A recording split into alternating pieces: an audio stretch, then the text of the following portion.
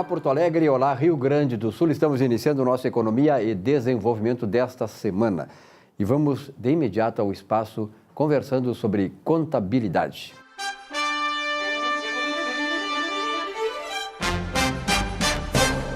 E no espaço de hoje, aqui o Moacir Vinck. Moacir, muito prazer em tê-lo aqui. Prazer é meu. Pela tua adesão ao programa, esse espaço que está sendo consagrado aqui no programa Economia e Desenvolvimento, né? E que trata das questões de contabilidade que dizem respeito completamente às nossas vidas, não só privada, na vida individual, mas na vida empresarial, e de pequena, média e microempresa. Quer dizer, todas elas têm esta oportunidade de aqui trazer conhecimentos, aí, usufruir desse conhecimento para melhorar o desempenho da sua vida e das suas empresas.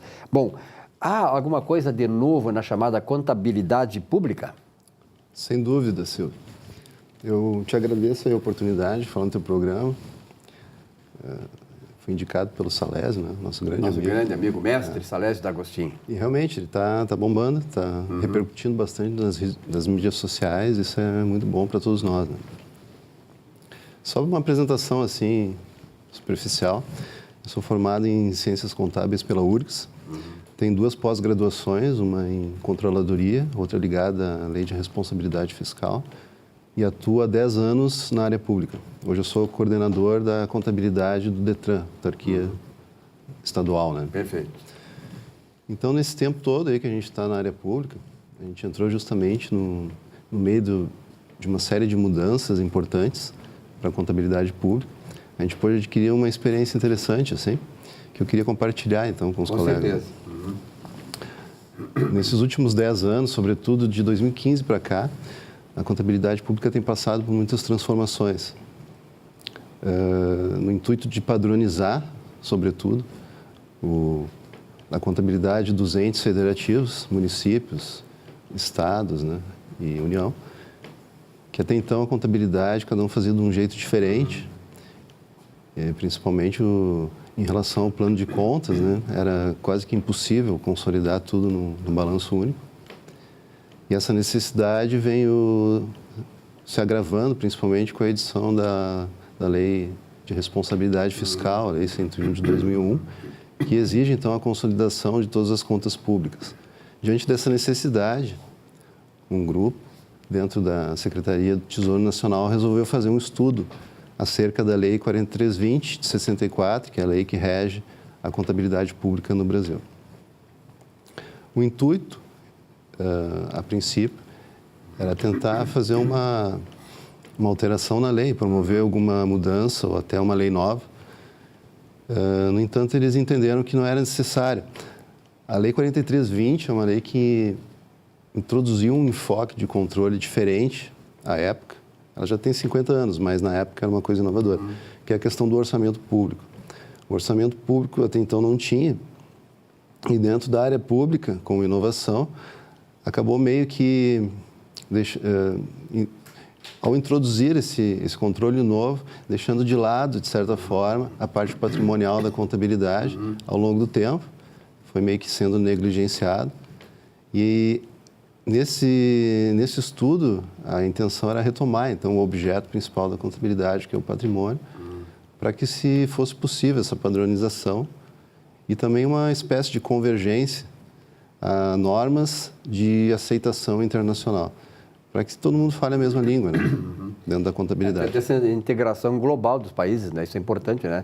Falar a mesma linguagem do ponto de vista do acerto contábil, das empresas, do país e tal. É uma tendência mundial, né?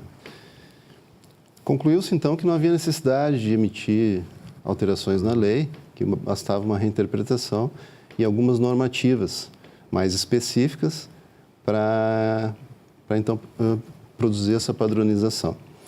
Em 2008, foi emitida uma portaria do Ministério da Fazenda, portaria 184, e no ano seguinte um decreto, o decreto 6976, que consolidou a Secretaria do Tesouro Nacional como órgão central do Sistema de Contabilidade Federal.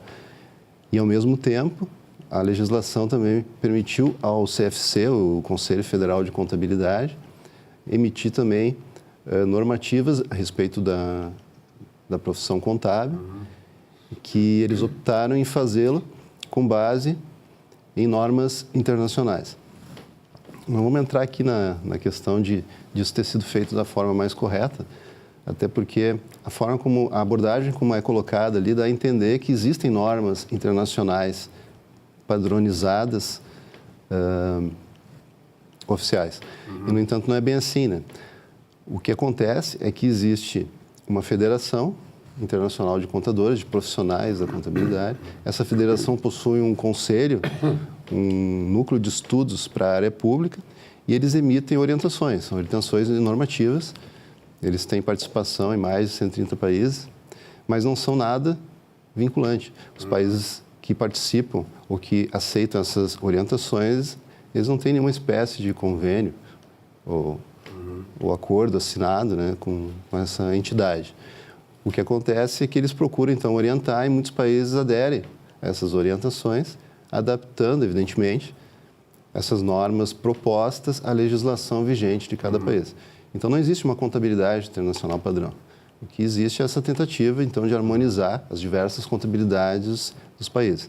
Mas a ideia é boa, né?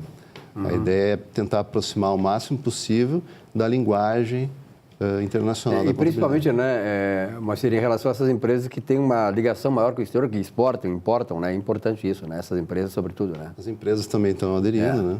Tudo em função dessas orientações do Conselho Federal de Contabilidade. Ele atua bastante também dentro da área pública. O que mais aí tem para concluir? Bom, a primeira coisa que foi feita a partir desse estudo foi o plano de contas padronizado para todo o serviço público, né? Esse plano de contas, já está vigente, ele é utilizado pelos municípios, estados e União, e dessa forma, com esse plano de contas único, é possível então já consolidar as contas públicas em um balanço único, que é a exigência da Lei 101 de 2001, que até então não podia ser aplicada, né? Perfeito. E também, a partir disso, começou a ser convergidas essas normas e aplicadas através de um manual. A gente chama de Manual de Contabilidade Aplicada ao Setor Público. Esse manual já está na 7ª edição, já foram convergidas 10 normas das 34 internacionais propostas. A partir de 2019 serão convergidas mais 10. E no final agora de novembro vai surgir a edição 8ª do manual, onde serão todas elas colocadas ali. E com certeza tu trarás algumas novidades maiores nesse tema aí ainda, né? Com certeza. Se for possível, a gente vai debater um pouquinho sobre cada uma delas. Claro. Sobretudo a que eu acho mais interessante e apropriada, assim, para discutir com o cidadão a respeito do controle social, que é custos no setor público. Custos. Aliás, é um grande problema desse país, né? Veja agora o novo governo querendo reduzir a máquina pública e tal, a gritaria que está dando, né? Quer dizer, a questão da administração de custos, não só na área privada, que ela faz muito mais de maneira eficiente, mas na área pública é fundamental hoje. É uma informação gerencial imprescindível para o gestor tomar decisões. Né? Tá certo. Moacir, obrigado pela tua presença aqui hoje. Eu que agradeço. No próximo encontro contigo, então eu acho legal ampliar isso aqui, né? De maneira assim, bem objetiva, como está colocando, porque com certeza isso aí vai interessar muito, não só o pessoal da área pública, né? Mas de modo geral a sociedade, que ela também gostaria de que essas coisas fossem bem encaminhadas, porque quanto melhor for a contabilidade pública, menor serão os riscos que nós temos de o Estado estar sugando cada vez mais a sociedade e mais eficiente ele vai se tornar. Com certeza. Um grande abraço, até semana. Muito um grande abraço, obrigado. até a próxima. Valeu, até a próxima. Então tá, nosso espaço aqui conversando sobre contabilidade.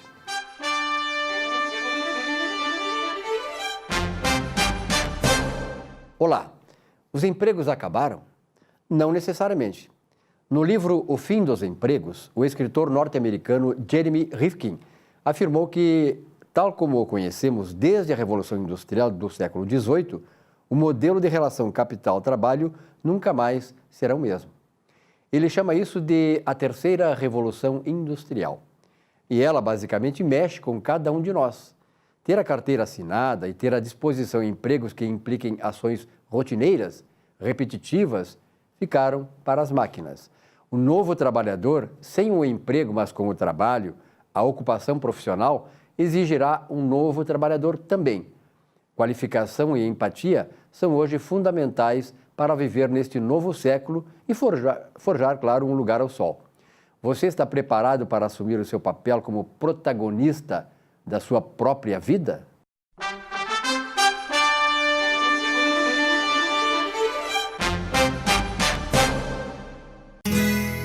Ser gaúcho é preservar as tradições, é valorizar a educação e acreditar que um futuro melhor nasce nas páginas de um livro.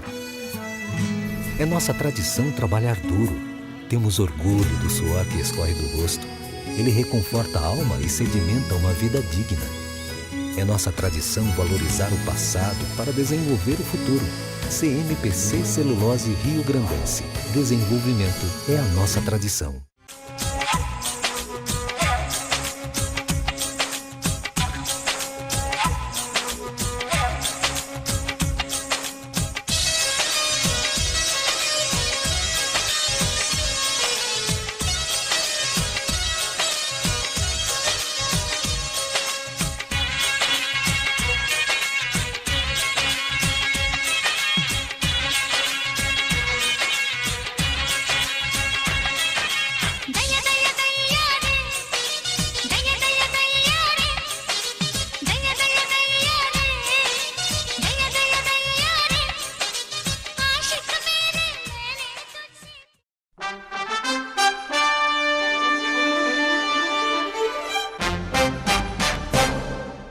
Oi, eu sou a Cadica Costa, o meu nome é Cláudia e sou bailarina e hoje coach e diretora da Escola de Dança Cadica. Eu estarei por aqui semanalmente trazendo muitos assuntos, dicas e exercícios relacionados ao processo de coaching e autoconhecimento. Hoje, em especial, a mensagem que eu pretendo deixar é sobre despertar o autoconhecimento. É essa mensagem, pois quando nós nos conhecemos melhor, a gente descobre a nossa força interior. E fica bem mais fácil de nos reinventarmos e sermos realmente aquilo que queremos ser, aquela pessoa que desejamos ser. Nas semanas anteriores, nós falamos sobre o assunto Reinvente-se, e que será como um dos fios condutores dessa minha fala aqui, né? Então, assim, é realmente importante, claro, a gente estudar e a gente entender algumas lógicas do pensamento humano, né? Porém, os grandes sábios usavam principalmente o seu radar interno para perceberem as suas grandes descobertas. E essas descobertas, que são bem antigas, bem cheias de sabedoria, se mantêm ainda muito atuais, né? São atualíssimas. Então, preste atenção nessas frases desses filósofos e sábios, né? Quem olha para dentro, quem olha para fora sonha, quem olha para dentro desperta. Esse é do Carl Jung. A paz vem de dentro de você. Não a procure à sua volta. Essa do Buda. E tente mover o mundo. O primeiro passo será mover a si mesmo. Platão. E agora umas frases mais atuais, assim. Antes de tentar arrumar o mundo, tente arrumar seu próprio quarto. Isso é do Bill Gates. E agora uma frase de um professor meu que eu amo. Antes feito do que perfeito. É do Jerônimo Temel. Eu acredito que nós somos únicos e especiais e que temos toda a força que necessitamos dentro de nós.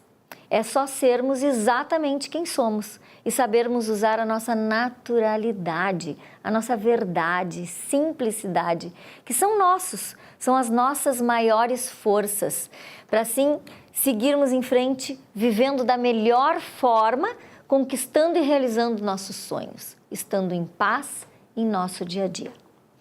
Eu vou lançar agora aqui umas perguntas, tá? Sobre esse tema Reinvente-se, que a gente está falando aqui no programa Economia e Desenvolvimento.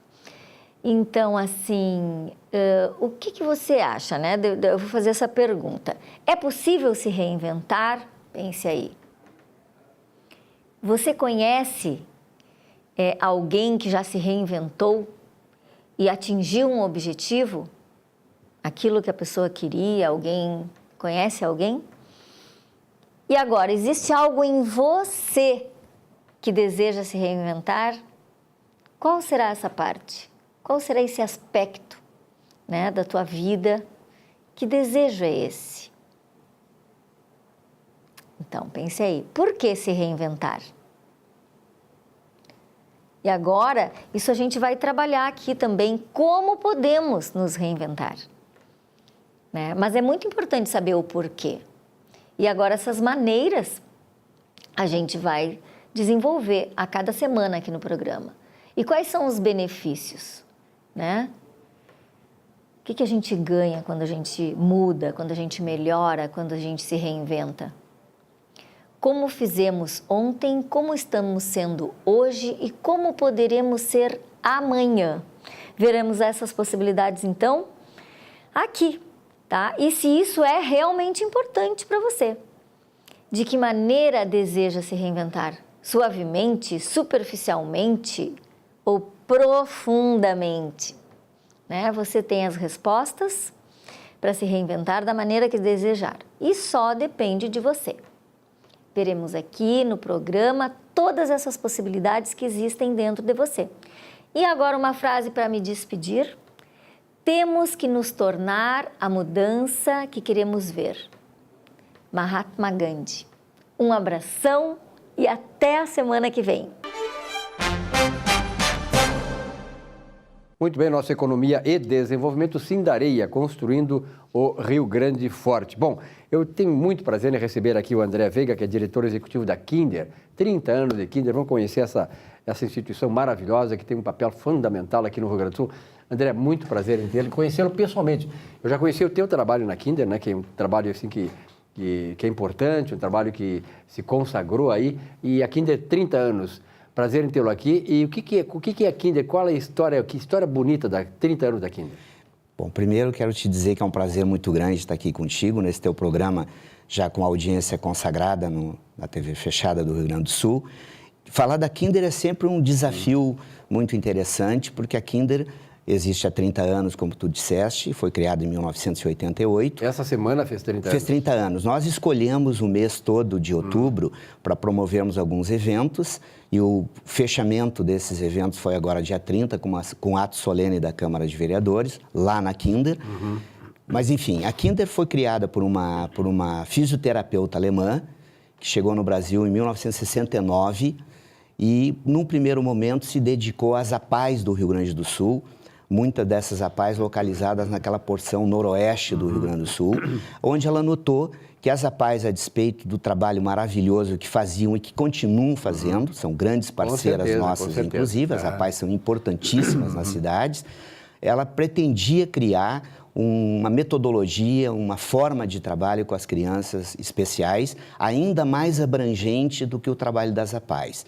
Então, ela começou em 1988 a criar a Kinder, que veio aumentando a sua capacidade de atendimento até chegar no que ela é hoje, numa sede própria lá na Rua Marconi, de cerca de 3.000 metros quadrados, e que atende aproximadamente 290 a 300 crianças. E uma feliz coincidência, 30 anos da Kinder e 30 anos da Constituição Brasileira de 88. Pois então, eu te confesso que eu não conheço se uma coisa terminou inspirando a outra, mas eu acho que é um momento muito interessante para se falar de inclusão das pessoas especiais na sociedade. Eu acho que há uma evolução desse conceito e a Kinder, pela própria credibilidade que ela foi conquistando ao longo do tempo, ela influi de forma muito ativa na formação dessas políticas, tanto municipais quanto estaduais, que tem a ver com a inclusão da pessoa especial.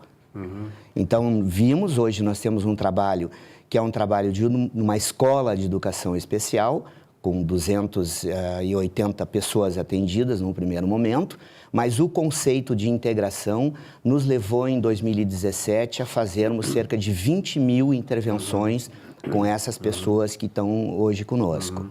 Bom, e claro que esse trabalho é fundamental que a Kinder faz, né? E, sobretudo, nessa nesse segmento da sociedade fragilizado, mas como é que se mantém uma instituição dessas 30 anos? Primeiro, uma instituição dessa se mantém com muita valentia. É verdade. Ela se mantém com muito trabalho, ela se mantém com muitos contatos. Há que se fazer, e eu peço permissão para ti, um agradecimento ao empresariado do Rio Grande do Sul, que sempre nos apoiou de forma muito forte.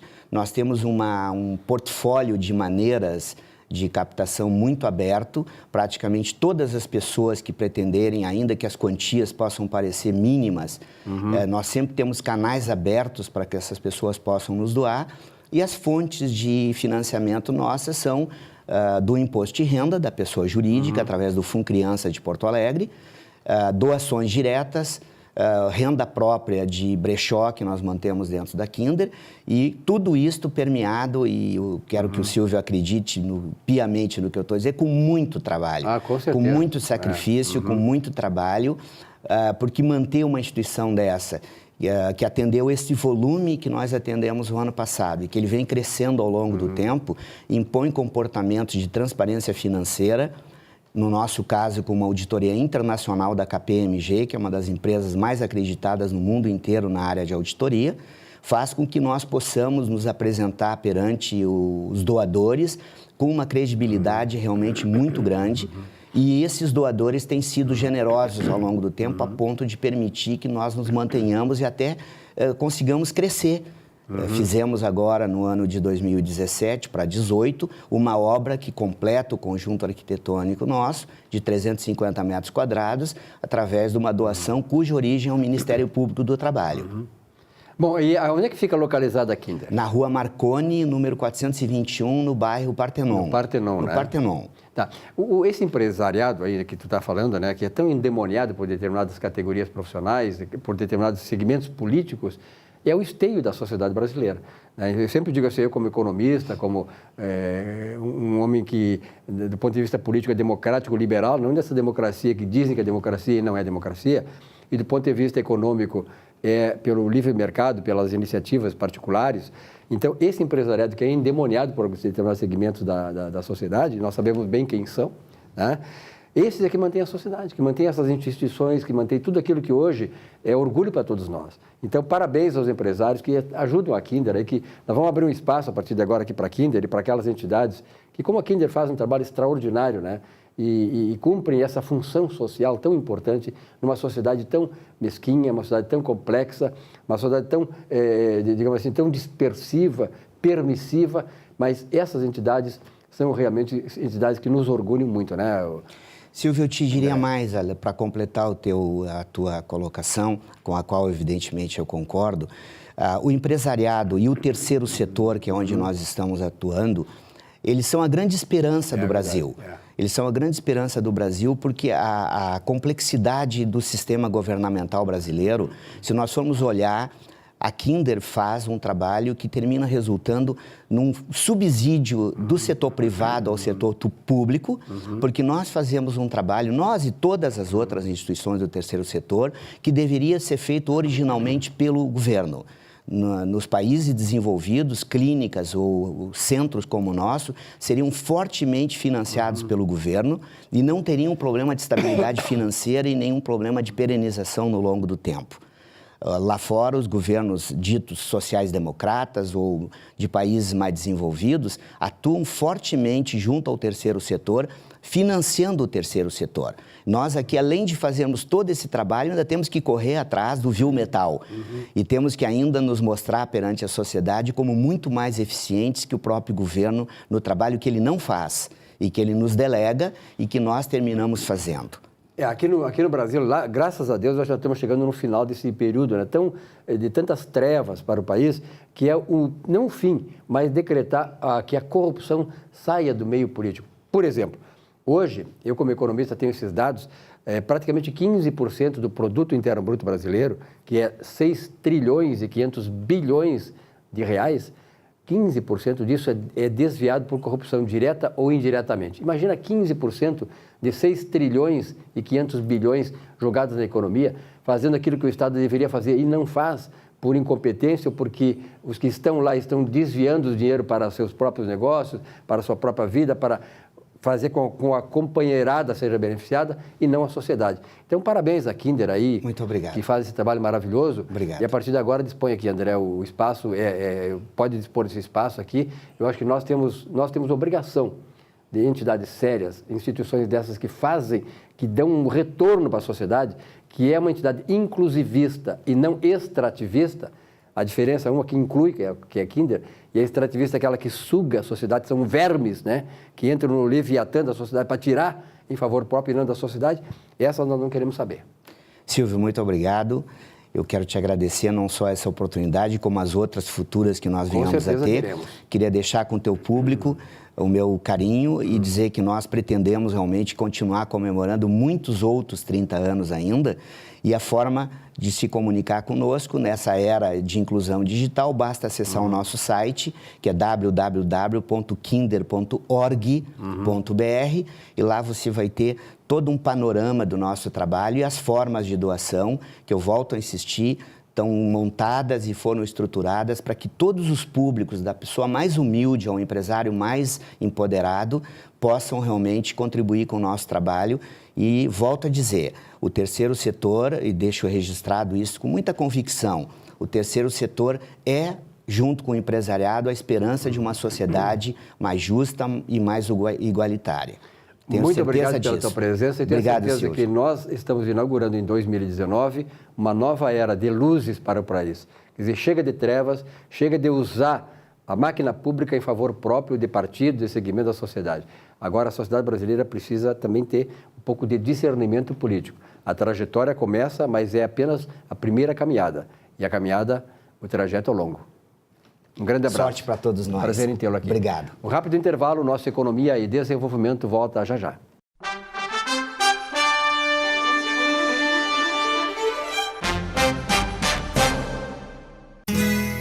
Ser gaúcho é preservar as tradições, é valorizar a educação e acreditar que um futuro melhor nasce nas páginas de um livro.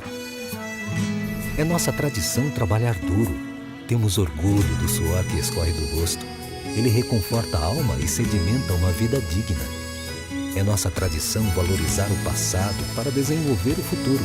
CMPC Celulose Rio Grandense. Desenvolvimento é a nossa tradição. Um show de humor gaúcho sem palavrão e com muita alegria e interatividade. Zurba Fagundes. Mais de 300 espetáculos no Rio Grande do Sul, Santa Catarina e Paraná, nos melhores palcos do Brasil. 2 vezes finalista no Festival da Mentira de Nova Brécia. Atração no Show do Tom. Programa Silvio Santos e Ana Hickman. Teatro, congressos, encontros, jantares, brigas de casal e bocas livres em geral. Zurba Fagundes. Diversão garantida ou seu mau humor de volta. Contrate esse artista gaúcho antes que ele morra de fome.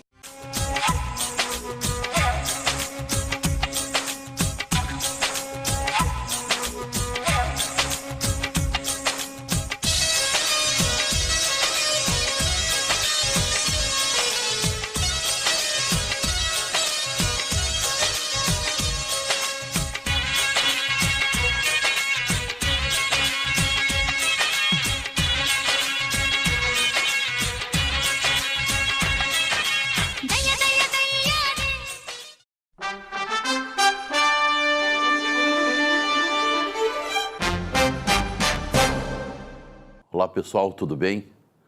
Hoje o nosso programa vai ser um pouco diferente. Devido a muitas solicitações aqui para o nosso programa, os telespectadores solicitando e pedindo que eu falasse um pouco da minha história, da história do Jorge, da história que virou livro. Meu nome é Jorge e que hoje já está na 8ª edição. Por que meu nome é Jorge? Porque muitos Jorges se encontram marginalizados, muitos têm uma vida boa, têm tudo, não dão valor, outros não têm nada e acham que não pode ter. Então, hoje o Jorge Martins, se tornou uma referência, se tornou um exemplo para muita gente. Na época que eu resolvi escrever o livro Meu Nome é Jorge, eu pensei muito para falar a verdade, para contar toda a minha história e toda a minha trajetória. Que se salvasse um menino, um jovem, um adolescente, ou talvez até um adulto, já teria valido a pena. Então, pensando assim, e com o tempo me tornando uma referência, e hoje já com 6 livros editados, a minha responsabilidade é cada vez maior. Mas aonde tudo começou? Tudo começou na cidade de Novo Hamburgo, onde eu nasci. Eu sou de 7 meses, um parto prematuro. A minha mãe me ganhou com 7 meses. E na época eu não tive uma estrutura familiar.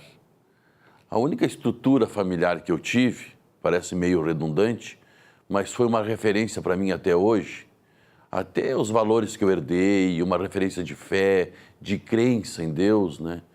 Que foi essa pessoa que está viva no meu coração até hoje, a minha avó, que me criou da maneira que ela pôde, com carinho, com muito amor, até os 10 anos de idade. Muitas vezes nós damos muito para nossos filhos, para nossas crianças, mas não damos aquilo que ela precisa, que é o carinho, que é o amor, que é estarmos junto com ela, fomentando-as, incentivando-as. Isso é muito importante. Quem sabe, né, largamos um pouco o celular, o tablet ou a televisão e começamos a fazer programas no final de semana com a nossa família e com nossos filhos. Por que eu digo tudo isso? Claro que o Jorge hoje é uma referência, mas por quê? Por que o Jorge, talvez o Jorge seja uma exceção?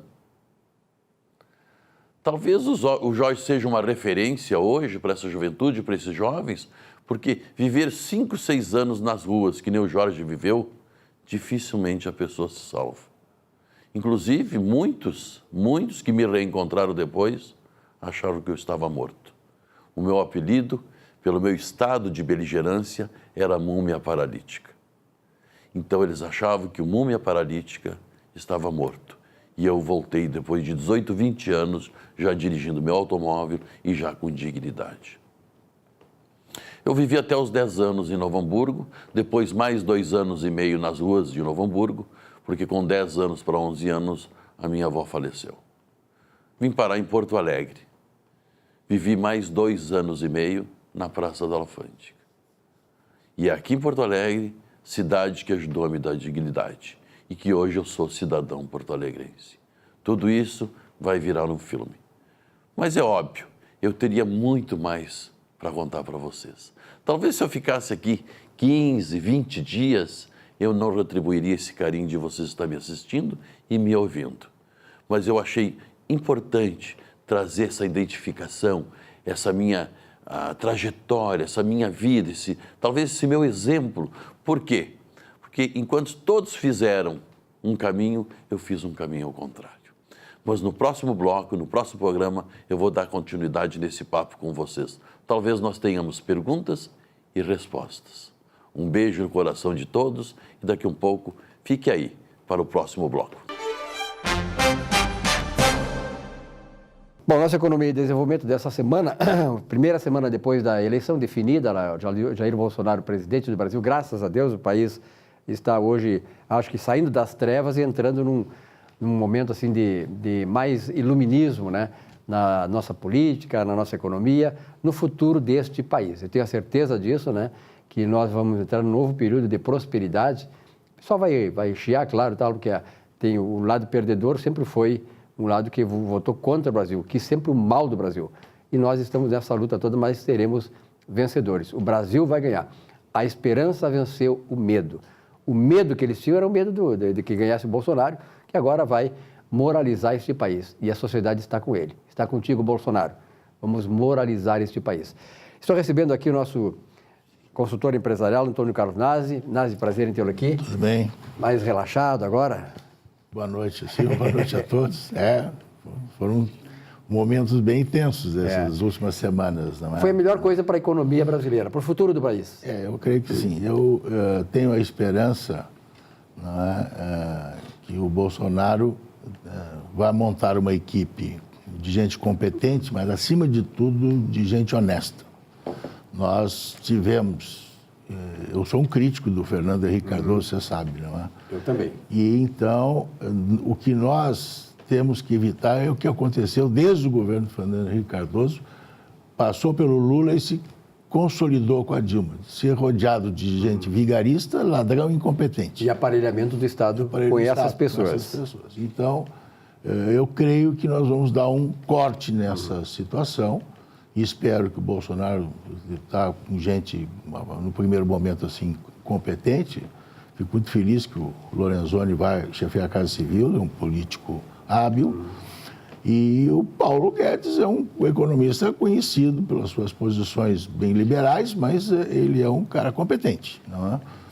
Então, eu espero que essa discussão aí de unir o Ministério da Fazenda, do Planejamento, Indústria e Comércio, que os industriais não gostaram, se nós olharmos lá no tempo da Revolução, com o tempo do Delfim, tinha o Veloso, que era o ministro do Planejamento, e o Delfim, e o Indústria e Comércio Pratini, e o Delfim comandava e desmandava, era o ministro da Economia, não tinha.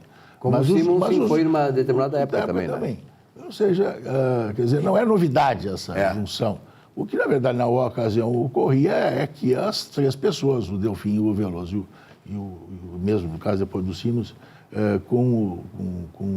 também com o Pratini, eram pessoas que tinham afinidade, né, técnica e política também. Queriam o bem do Brasil. Então, eu creio que o Brasil pode voltar a crescer.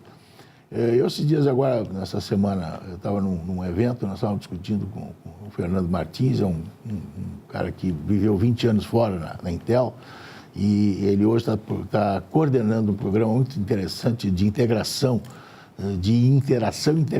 todo o sistema agropecuário brasileiro. Vai linkar o produtor com o fabricante de máquina, com as cooperativas e tal. E eu estava conversando com o Fernando sobre a perspectiva do Brasil, e nós temos 178 milhões de hectares ainda agricultáveis, dos quais 50 milhões de hectares estão prontos. Tem que fazer infraestrutura, armazenagem. Quer dizer, o Brasil tem tudo para crescer 7%, 8% ao ano e sair dessa enrascada fiscal que está. Se você faz a comparação, eu até nem sabia, mas ele está me dizendo que, por exemplo, a China e a Índia não tem meia dúzia de hectares para plantar hoje, porque está tudo ocupado, ou por montanha ou por já está ocupado. Por pessoas. Não, que já estão plantando, já estão. Não é?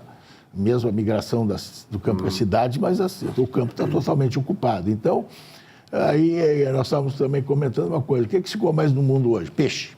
Não é? Mas não é o peixe pescado no mar, é o peixe de criação de peixe. O que o peixe come? Farelo de soja. Então, nós temos toda uma possibilidade de crescimento nesse país e, acabando com a roubalheira e botando gente competente, eu acho que nós vamos chegar lá. Agora, eu acho que é primordial que a gente faça um esforço para que, já que possa mexer ainda no orçamento para 2019, nós zerar o déficit primário, que está aí projetando aí 150 bilhões, mais ou menos 159 bilhões. Eu acho que tem um esforço do Paulo Guedes e do Ministério todo, do governo Bolsonaro, de nós zerarmos, fazer um orçamento para zerar.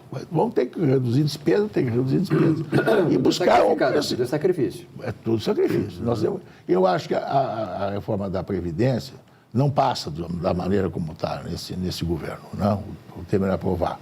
Eu acho que a versão que eu entendo é que deveria ser fazer talvez uma auditoria completa com gente competente, um diagnóstico, antes de fazer qualquer reforma. E acabar com os privilégios. Com certeza, sobretudo na área pública, né? Isso é tudo na área pública. E sobretudo, né, é saber vender essa reforma da Previdência. Em primeiro lugar, porque é inevitável. Acontece na Suécia, a Grécia teve problema, a França, a Inglaterra, todos eles têm problemas. Nós também temos problemas. Sim.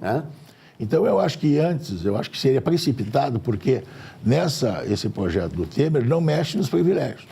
Ele fala muito na questão da idade, né, idade mínima e tal, mas não mexe, para mim, é o essencial. Então, eu acho, se eu puder conversar com o Lorenzoni, eu acho que tem que fazer uma auditoria completa no sistema previdenciário brasileiro, diagnosticar por que nós chegamos nessa situação e quais são as perspectivas futuras. E fazer uma reforma de uma vez só, no ano que vem, abrangente. Mas se não tiver não mexer nos privilégios do militar, do funcionário público, o que vão fazer? O problema é que esses privilégios estão amparados nos chamados direitos adquiridos. Esse é o problema. Estanca, daqui para frente não tem mais. Tudo bem, já é um caminho, entendeu? Bom, outra coisa que está se falando também, que eu acho que é válido, nós estamos lá com 348 bilhões de dólares no exterior, aplicado no exterior. De reserva. De reserva. Nós não precisamos desse valor de reserva. Eu acho que a ideia é essa que está sendo ventilada aí, de trazer uma parte, né, para equacionar a questão da dívida interna e do déficit primário, eu acho que é válido. Assim, né, chegar a um nível de segurança, lógico. E uma coisa que eu estava ainda analisando historicamente, nós em 1920 a gente tinha um superávit se exportava 20 bilhões de dólares. Né? Nós levamos 82 anos para passar para 50 bilhões de dólares. E sempre se falava lá na década ali, 2000, 2002 e tal, por que não se exporta 100 bilhões? Nós estamos exportando 200 bilhões hoje. 16 anos depois, estamos exportando praticamente 200 bilhões. E continuamos participando com 1% do mercado mundial. Quer dizer, a mesma coisa que nós participávamos lá em 1920... é a mesma. É a mesma coisa. Então, nós temos um potencial para faturar... Significa dizer, né, que o mundo cresceu muito mais. O mundo cresceu mais, exatamente. Então, são tudo perspectivas positivas que eu vejo. Não é? Bom, isso eu acho que a nível nacional a gente vai ter aqui uns 2 meses aí de assentamento, ver quem é que vai tocar o país, ministério. Acho que é válido reduzir para 15, 17 ministérios e fazer realmente um plano de governo sério, honesto, não é? E com soluções competentes, soluções básicas, objetivas, mas competentes, né? E viáveis. Coisa de fazer. Bom, vamos para o Estado. No Estado, nós tivemos um resultado aqui, eu lamento profundamente que o Sartori perdeu, acho que a gente tinha que ter uma oportunidade de ter... Avançar nas reformas que ele fez. Reforma que ele fez, mas está aí a democracia é isso aí, espero que o Eduardo Leite dê uma continuidade naquilo que está certo e faça as correções que achar que tem que fazer. Sugiro ao novo governador que mescle a juventude com um pouco mais de experiência. E eu acho que o Rio Grande do Sul tem condições de equacionando, né, essa dívida interna aqui. Eu me lembro, em 98, quando foi a negociação da dívida no governo do Brito, nós participamos um pouco diretamente, porque a gente fazia auditoria de alguns órgãos estatais, especialmente a Caixa Econômica foi liquidada na ocasião. Era para entrar Banrisul, não entrou, muito bem. Mas se fez uma renegociação da dívida de em torno de 29 bilhões, 700 milhões. Nós já pagamos quase 30 bilhões da dívida e a dívida está 50 bilhões. Essa conta, no meu entendimento, conta de contador aqui, ó, pode, não sei se economista aceita, contador não aceita essa conta. Eu acho que nós temos que rever isso tudo, entendeu? Porque essa equaçãozinha matemática aí não está fechando. Mas tu está com esperança também aqui no Rio Grande do Sul? Eu acho que nós temos todas as condições de a gente voltar a crescer. O Rio Grande do Sul, eu sempre tenho dito isso para o governador Sartori, a solução do Rio Grande do Sul é crescer 8% ao ano. A hora que crescer, voltar a crescer 8%, já cresceu 8% ao ano. Eu acho que o Rio Grande do Sul sai do buraco facilmente. Nós, é muito bom te receber aqui. Espero que venha com mais frequência, até porque o governo federal e aqui estadual estão encontrando mecanismos, projetos e tal, e seria bom ouvir sempre a tua opinião. Tá bom, querido. Um grande abraço, até a próxima oportunidade. Um rápido intervalo, nossa Economia e Desenvolvimento volta já já. Até já.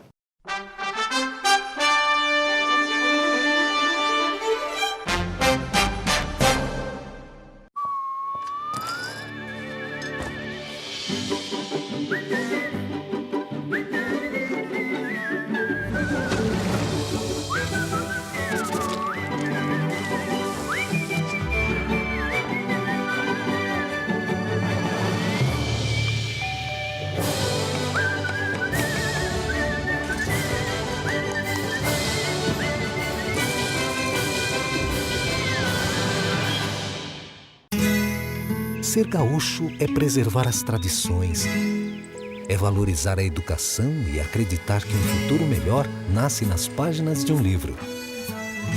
É nossa tradição trabalhar duro, Temos orgulho do suor que escorre do rosto. Ele reconforta a alma e sedimenta uma vida digna. É nossa tradição valorizar o passado para desenvolver o futuro. CMPC Celulose Rio Grandense. Desenvolvimento é a nossa tradição.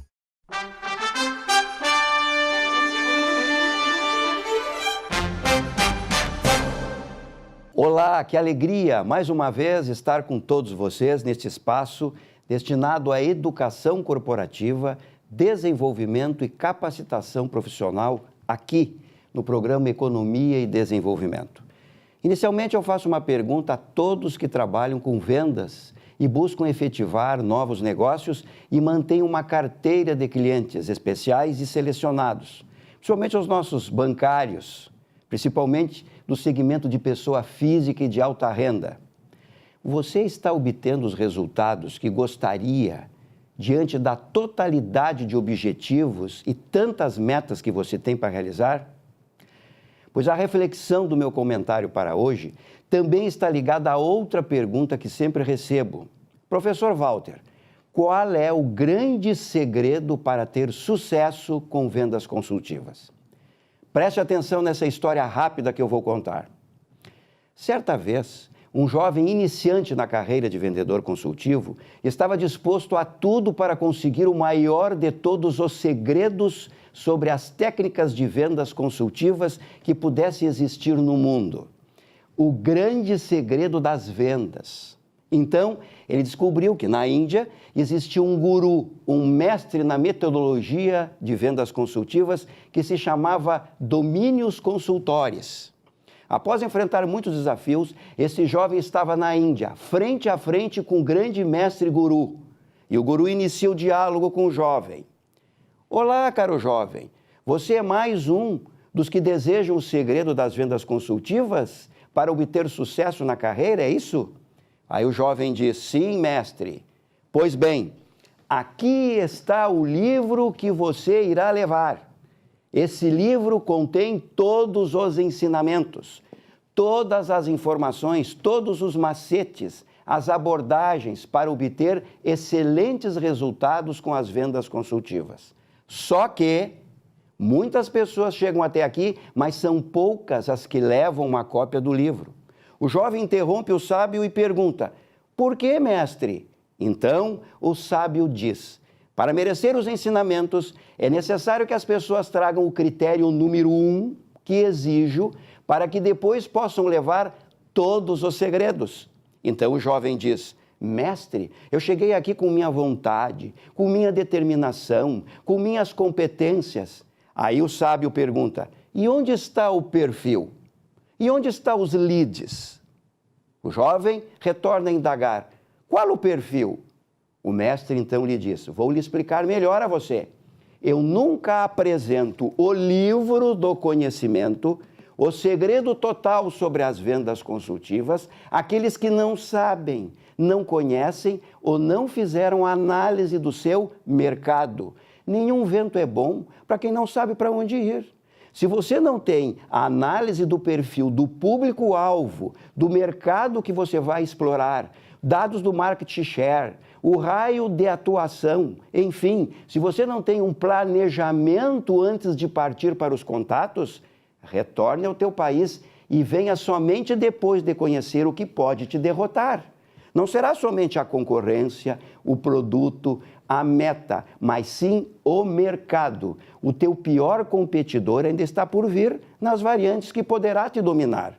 Somente depois de mapear e analisar o mercado, segmentar as informações, classificar o público-alvo, poderá então obter o segredo de todas as etapas da venda consultiva para juntar aos teus valores, como ética, o teu caráter profissional e realizar o despertar de necessidades, mapeando, diagnosticando as informações do cliente. O jovem, então, deu meia volta, regressou ao seu país de origem para obter o preparo, conhecer, estudar o mercado.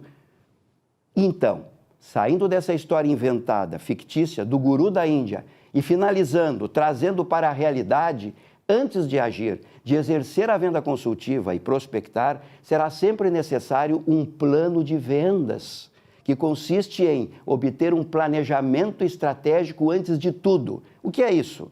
É prioritário analisar a economia local, como são os hábitos de compra dos futuros clientes da tua região, verificar se utilizam muito ou pouco linhas de crédito, compram por impulso, barganham o preço, pedem descontos, exigem sempre uma melhor taxa, não gostam de pagar tarifas ou evitam despesas. Qual a preferência pelos canais de atendimento? Gosto do atendimento remoto? Gosto do atendimento pessoal, internet? Valorizo a conveniência? Usam as redes sociais? A localização da loja ou da agência é importante para os clientes, dentre outras informações que não posso rever com vocês aqui. Bem, o comentário de hoje teve como propósito despertar, estimular os profissionais a refletirem para fomentarem iniciativas de prospecção antes da venda e dizer que essas iniciativas, na prática, fazem uma diferença significativa para a obtenção de resultados. Portanto, para encerrar, a palavra é plano de ação, análise, planejamento, preparação e o conhecimento sempre da natureza da carteira de clientes. Não esqueça, você está melhor preparado do que você imagina. Desejo a vocês sucesso profissional saudável. Obrigado e até a próxima semana. Muito bem, eu quero lembrar para vocês que o livro Reengenharia do Humor, do Oscar Algaia, nosso parceiro, nosso amigo, estará na Feira do Livro também, na Palmarinca, mas teremos tempo depois de anunciar, mas está à venda nas lojas Cameron, no aeroporto, nos shoppings da cidade. Reengenharia do Humor, um livro maravilhoso de humor no setor da construção civil e também, de repente, até um bom instrumento, um bom presente, né, para o seu amigo e tal. Agora vai chegando as festas de final de ano, o Reengenharia do Humor é um bom presente. Então vamos ao comentário agora do nosso comentarista, advogado Luiz Braz. Meu caro amigo Silvio Lopes, um grande abraço, querido. Estou aqui novamente em nome de Zafari Bourbon, onde economizar é comprar bem. Mas veja, Silvio, nós temos aí alguma expectativa nos 3 níveis, não é? No nível federal, eu digo para você que a expectativa é muito positiva, porque eu gostei muito que o Bolsonaro acabou chamando o Sérgio Moro para ser o seu ministro da Justiça. Meu Deus do céu, hein? Vai ser uma super pasta, uma pasta de segurança pública. Eu acredito que realmente o juiz Sérgio Moro é o homem talhado, não é? Para estar neste posto. E ele deve realmente realizar um grande trabalho. Aliás, o Bolsonaro está cumprindo tudo aquilo que ele falou durante a sua campanha e chamando realmente especialistas, não é, para atuar em cada uma das áreas. Por isso ele chamou lá o Pontes, não é, para atuar na área da inovação da ciência, não é, inovação tecnológica, e ele está chamando realmente pessoas especialistas, não é, dentro das áreas. Aqui no Estado, eu tenho realmente uma expectativa muito grande com relação ao nosso governador eleito e estou torcendo para que ele possa fazer um bom governo, o Eduardo Leite. Confesso que não votei no Eduardo Leite, mas estou torcendo para que ele faça um bom governo. Mas ele fez uma promessa que eu acredito que vai ser aquilo que pode alavancar a sua administração ou, de repente, impedir que ele possa continuar administrando o nosso Estado. Ele disse o seguinte em toda a sua campanha, e por isso ele ganhou do Sartori, que ele ia colocar o salário em dia no primeiro ano de administração. Olha, eu acho realmente uma coisa muito complicada, não é? Mas, em todo caso, eu não posso duvidar de um cara que foi muito bem em Pelotas, a população de Pelotas, até pela votação que ele recebeu lá, demonstrou que adora o Eduardo Leite, não é? Que ele fez lá um bom governo. Vamos esperar que ele consiga realmente resolver aqui a situação do nosso Rio Grande do Sul. Mas olha, é uma missão muito difícil essa.